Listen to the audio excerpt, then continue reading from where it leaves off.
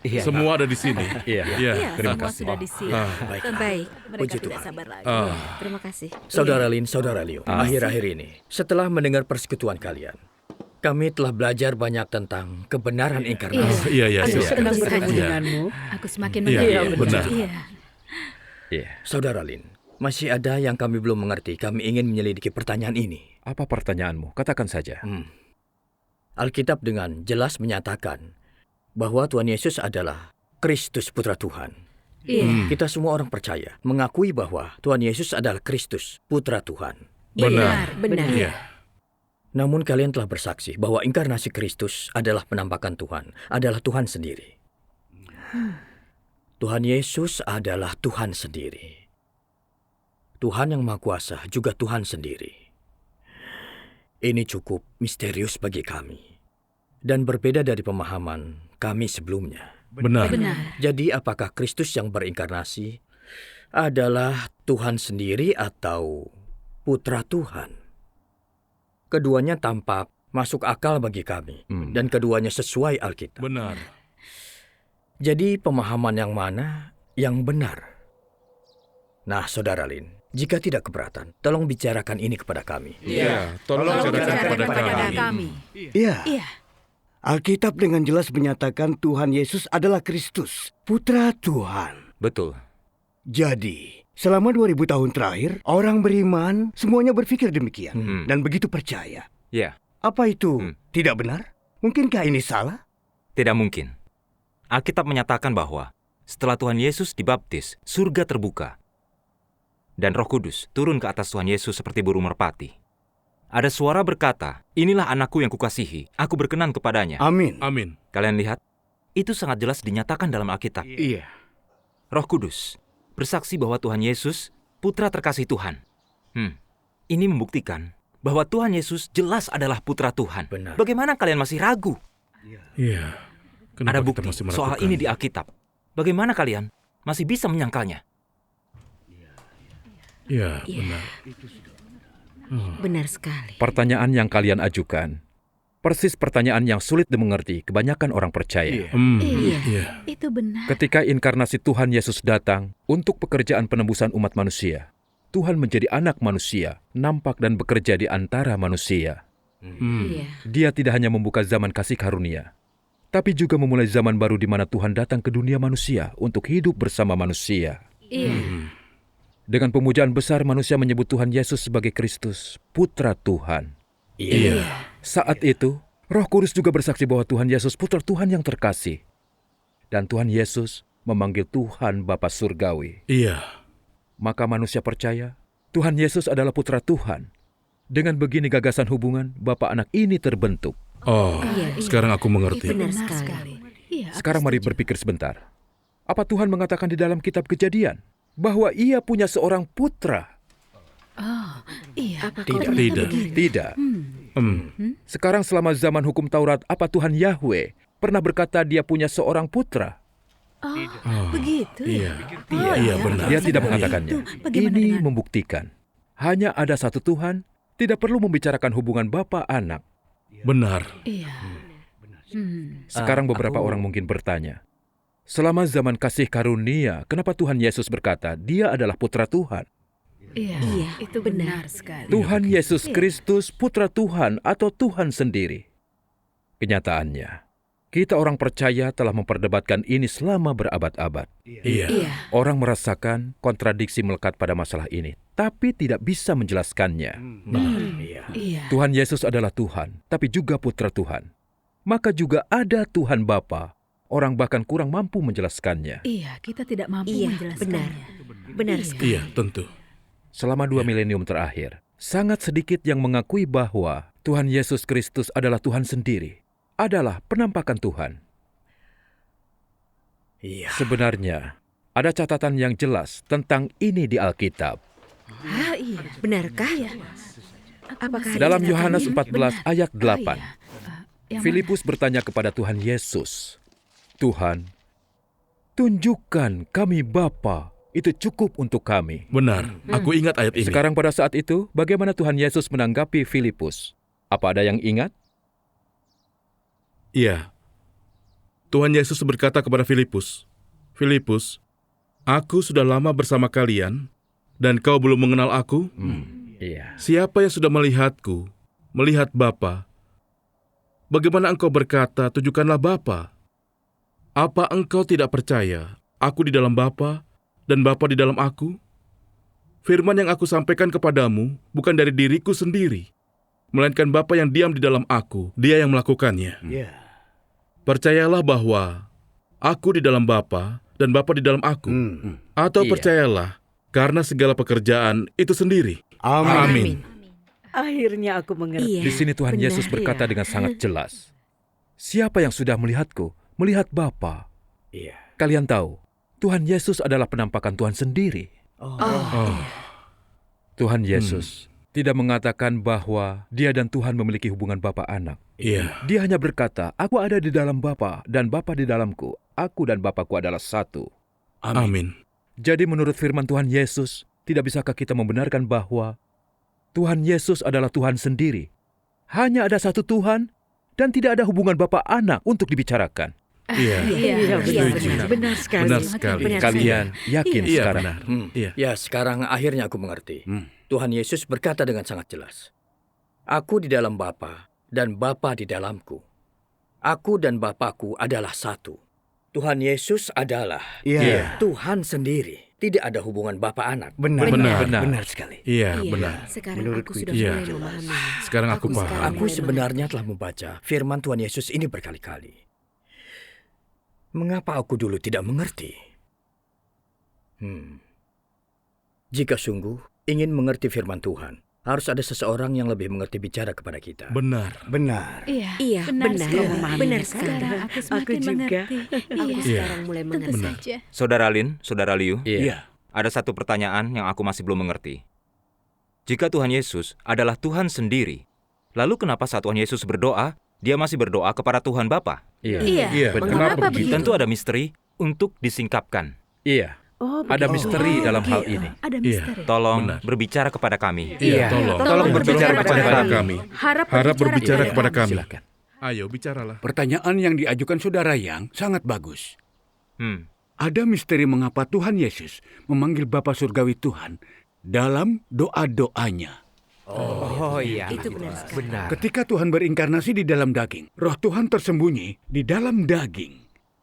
Daging itu sendiri tak menyadari kehadiran Roh. Seperti kita tidak bisa merasakan Roh kita di dalam diri kita. Terlebih, Roh Tuhan tidak melakukan apapun yang supernatural di dalam tubuhnya.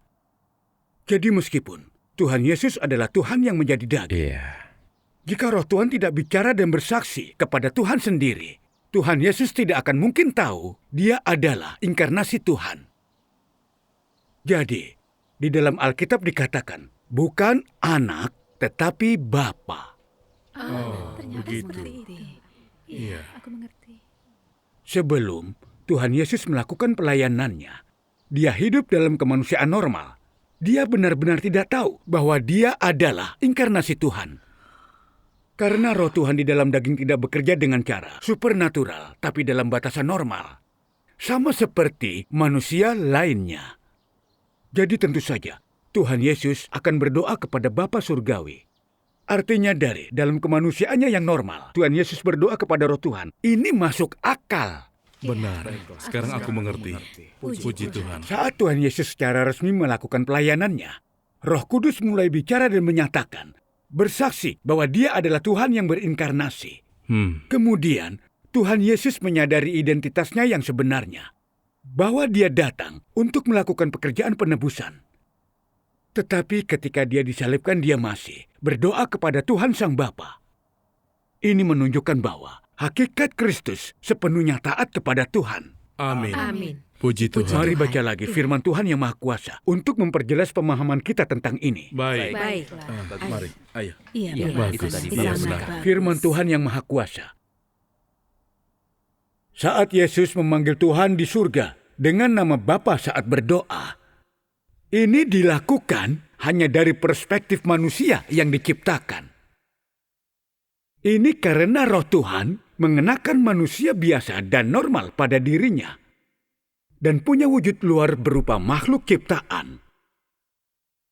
Bahkan jika di dalam dia adalah roh Tuhan, penampilan luarnya masih seperti manusia biasa. Dengan kata lain, dia telah menjadi anak manusia yang semua orang termasuk Yesus sendiri bicarakan. Mengingat bahwa dia disebut anak manusia, dia, entah pria atau wanita apapun berwujud manusia, terlahir dari keluarga normal orang biasa. Karena itu Yesus memanggil Tuhan di surga dengan sebutan Bapa, sama seperti engkau pada awalnya memanggil dia Bapa. Dia melakukannya dari perspektif manusia ciptaan. Apa engkau ingat doa Bapa kami yang Yesus ajarkan untuk dihafalkan? Bapa kami di surga. Dia meminta semua orang memanggil Tuhan di surga dengan nama Bapa.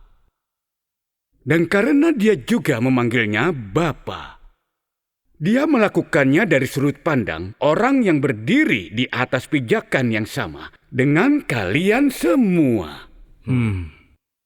Karena kalian memanggil Tuhan di surga dengan nama Bapa, ini menunjukkan bahwa Yesus melihat dirinya memiliki pijakan yang sama dengan kalian. Dan sebagai manusia di bumi yang dipilih Tuhan, yaitu Putra Tuhan. Jika kalian memanggil Tuhan Bapa, bukankah ini karena kalian adalah makhluk ciptaan? Betapapun hebatnya otoritas Yesus di bumi, sebelum penyalipan dia hanyalah anak manusia yang diperintah oleh Roh Kudus, yaitu Tuhan. Dan salah satu makhluk ciptaan bumi, karena dia belum menyelesaikan pekerjaannya, oleh karena itu, dia memanggil Tuhan di surga Bapa, adalah semata-mata kerendahan hati dan kepatuhannya. Iya. Benar, aku setuju. Dia berbicara kepada Tuhan yaitu roh di surga dengan cara seperti itu. Namun tidak membuktikan ia adalah putra dari roh Tuhan di surga. Sebaliknya itu karena sudut pandangnya berbeda, bukan bahwa dia orang yang berbeda. Keberadaan orang-orang yang berbeda adalah sebuah kesalahan. Sebelum penyalipannya, Yesus adalah anak manusia terikat oleh keterbatasan daging. Dan dia tidak sepenuhnya memiliki otoritas roh. Itu sebabnya, dia hanya bisa mencari kehendak Tuhan Bapa dari perspektif makhluk ciptaan. Itu saat dia 3 kali berdoa di Getsemani. Tidak seperti kehendakku, tetapi seperti kehendakmu. Sebelum dia dipaku di kayu salib, dia hanyalah raja orang Yahudi. Dia adalah Kristus, anak manusia, dan bukan tubuh kemuliaan. Itu sebabnya, dari sudut pandang seorang makhluk yang diciptakan, dia memanggil Tuhan Bapa. Amin. Amin. Puji Tuhan. Puji Tuhan. Puji Tuhan. Mari buka halaman benar. 1029. Baiklah. Saudara Leo, aku akan baca bagian ini. Kedengarannya bagus. Ada yang berkata, bukankah Tuhan secara tegas menyatakan bahwa Yesus adalah putra terkasihnya? Yesus adalah anak Tuhan yang terkasih, yang kepadanya dia berkenan. Tentu diucapkan oleh Tuhan sendiri. Itu Tuhan yang memberi kesaksian tentang dirinya. Tetapi hanya dari perspektif yang berbeda. Bahwa roh di surga memberikan kesaksian akan inkarnasinya sendiri. Yesus adalah inkarnasinya, bukan putranya di surga. Apa kau mengerti? Bukankah kata-kata Yesus Bapa ada di dalam aku, dan aku ada di dalam Bapa, menunjukkan bahwa mereka adalah satu roh? Dan bukan karena inkarnasi bahwa mereka dipisahkan antara surga dan bumi. Kenyataannya mereka tetap satu. Apapun yang terjadi, hanya Tuhan yang jadi saksi atas dirinya. Amin.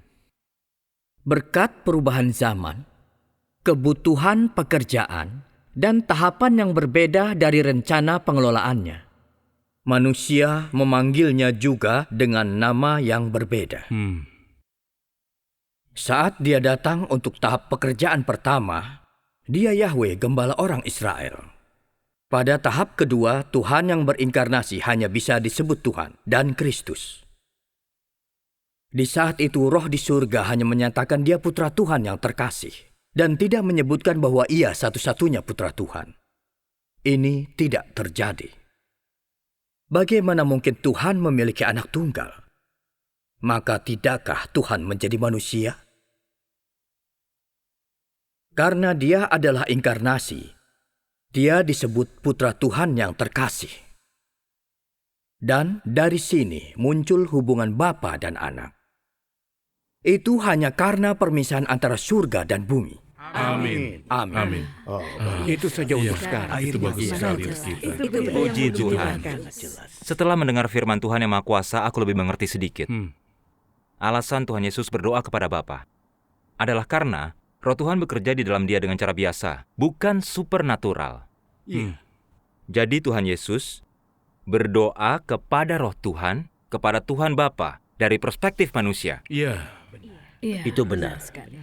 Jika Tuhan Yang Maha Kuasa tidak menyingkapkan misteri ini, kita tidak akan pernah mengerti hanya dengan membaca Alkitab. Kita harus berterima kasih Iya, kepada benar. Tuhan Yang Maha Kuasa karena mengungkapkan aspek kebenaran ini. Iya. Benar. Iya, benar. Puji Tuhan. Tuhan Yang Maha Kuasa telah mengungkapkan dengan sangat jelas. Ketika Tuhan Yesus bekerja di antara manusia, sebenarnya Roh Tuhan itu mengenakan daging sebagai manusia yang bekerja dan tampak kepada manusia. Benar. Bagaimanapun Tuhan Yesus mengungkapkan firman-Nya atau berdoa kepada Tuhan Bapa, hakikatnya adalah keilahian, bukan kemanusiaan. Tuhan adalah roh, tidak terlihat manusia. Ketika Tuhan mengenakan daging, manusia hanya melihat daging, tidak dapat melihat roh Tuhan. Iya.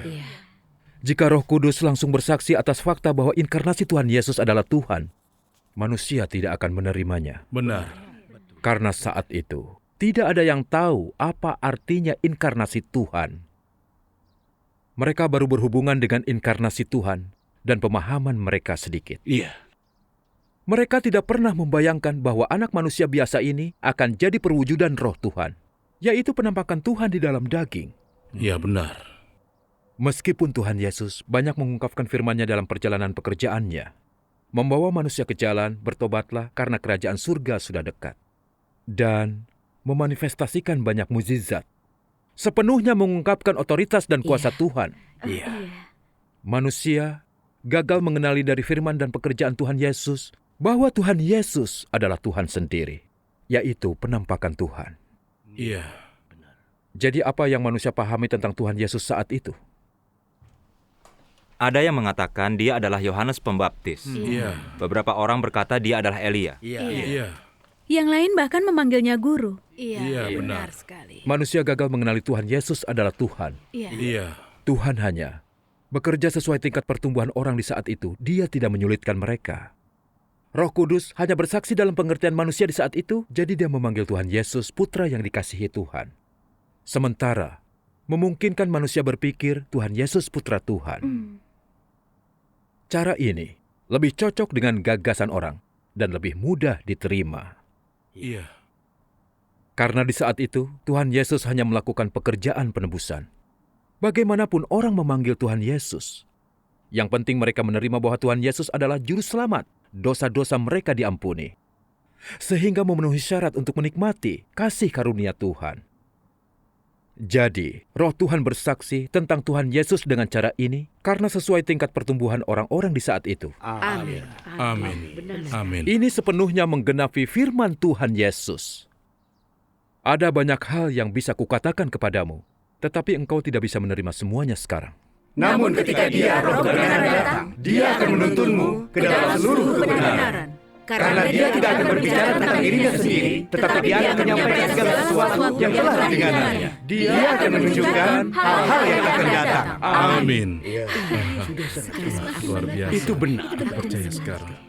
Meskipun kita tidak dapat melihat roh Tuhan, ketika menjadi manusia, watak Tuhan, semua yang dia miliki dan siapa dia, kemahakuasaannya dan hikmatnya, semuanya diungkapkan melalui dagingnya.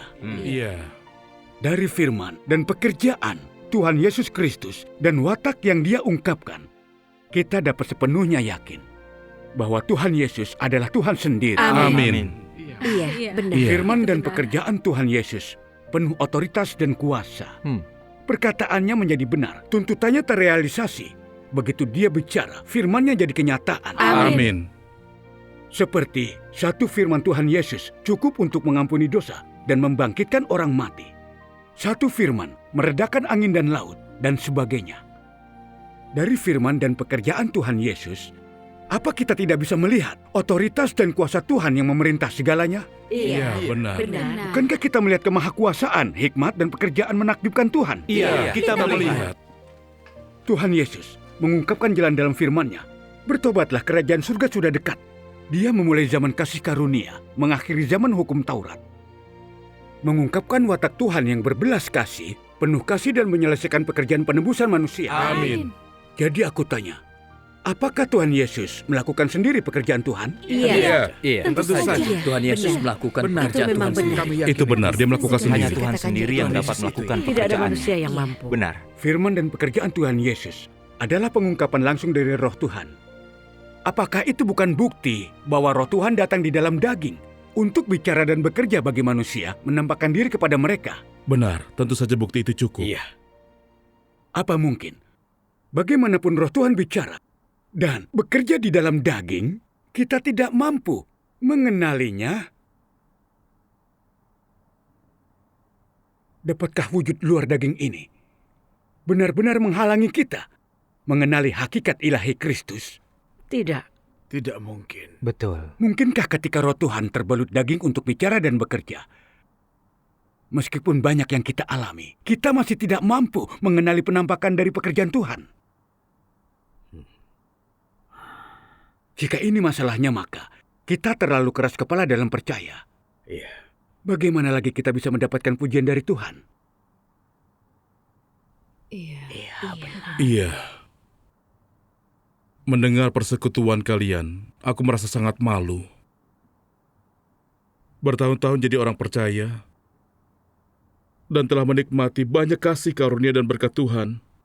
Namun aku tidak pernah mengenali hakikat ilahi Tuhan Yesus.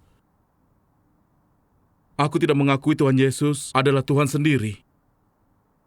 Hanya berpikir Tuhan Yesus adalah putra Tuhan. Tidak pernah memperlakukan Tuhan Yesus seperti Tuhan sendiri. Iya. Jadi, saat aku berdoa kepada Tuhan Yesus, aku juga berdoa kepada Bapa Surgawi Tuhan Yahweh. Sekarang, aku mengerti kebenaran inkarnasi. Bagaimanapun inkarnasi itu dipanggil apa, apapun namanya, hakikatnya adalah penampakan Tuhan di dalam daging. Amin. Itu benar sekali. Mendengar persekutuan kalian hari ini, aku akhirnya sadar. Meskipun jadi orang percaya, aku tidak pernah sungguh mengenal Tuhan. Aku tidak bisa mengenali suaranya. Jadi bagaimana aku bisa menganggap diriku mengenalnya? Benar. Mengingat bertahun-tahun sejak aku jadi orang percaya, sepertinya aku hanya percaya pada nama Tuhan Yesus. Aku percaya pada dua kata, Tuhan Yesus. Jadi saat aku disodori Injil Tuhan yang Maha Kuasa di akhir zaman, aku lalai mempelajari dan menyelidiki. Teguh memegang gagasan dan hayalanku sendiri, menyangkal dan menolak Tuhan yang Maha Kuasa. Aku hampir kehilangan kesempatan untuk menyambut kedatangan Tuhan. Kalau ku ingat, itu sangat mengerikan. Iya. Fakta-fakta tentang itu sungguh menyingkapkan aku. Betapa miskinnya rohaniku, betapa menyedihkan dan buta. Aku sama sekali tidak mengenal Tuhan. Iya. Benar. Yang kalian katakan benar sekali. Jika Tuhan yang Maha Kuasa tidak mengungkapkan misteri kebenaran inkarnasi, tidak ada seorang pun di dunia religius akan benar-benar mengerti. Iya. Benar. Jika bukan karena belas kasih dan penyelamatan Tuhan yang Maha Kuasa, kita semua, orang percaya dari dunia religius akan tersesat ke jalan orang-orang Farisi. Iya. Percaya Tuhan tanpa mengenalnya. Bahkan mungkin tanpa sadar menolaknya. Iya. Sementara itu, dengan bodohnya menunggu diangkat ke kerajaan surga. Sungguh tidak tahu malu.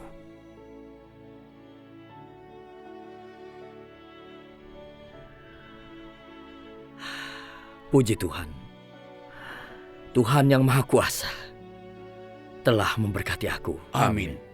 Memungkinkan aku mendengar suara Tuhan sehingga aku dapat diangkat ke hadapan tahta Tuhan dan menghadiri pesta kawin anak domba. Amin. Syukur kepada Tuhan.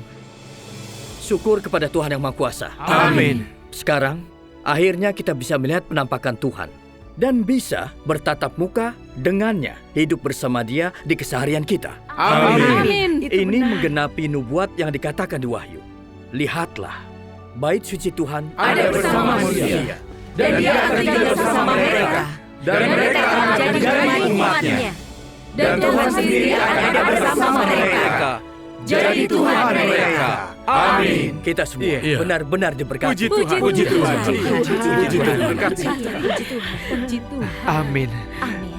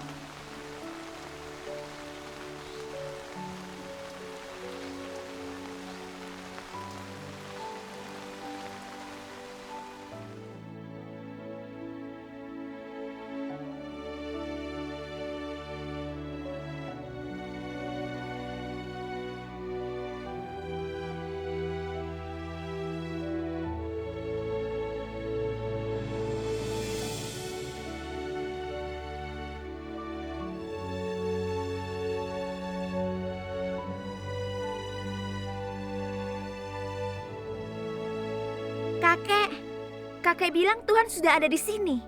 Apa kakek pernah melihat Tuhan?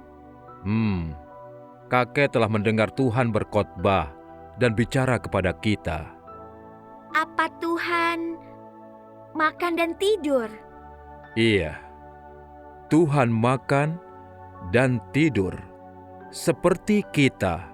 Tuhan sangat hebat. Aku ingin melihat Tuhan juga. Tuhan mengasihimu.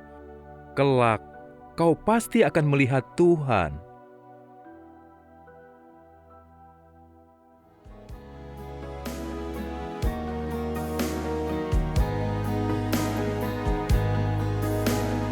Di jalan mengasihi Tuhan, ada cobaan pahit. Ku hadapi tanpa mengeluh, bahaya kesukaran. Meski tubuh menderita, cintaku tetap buat Tuhan. Ku pergi ke segala tempat, jadi saksinya. Cobaan dan derita menekan aku, naik dan turun hidupku. Tapi ku kan setia, lakukan kehendak-Nya.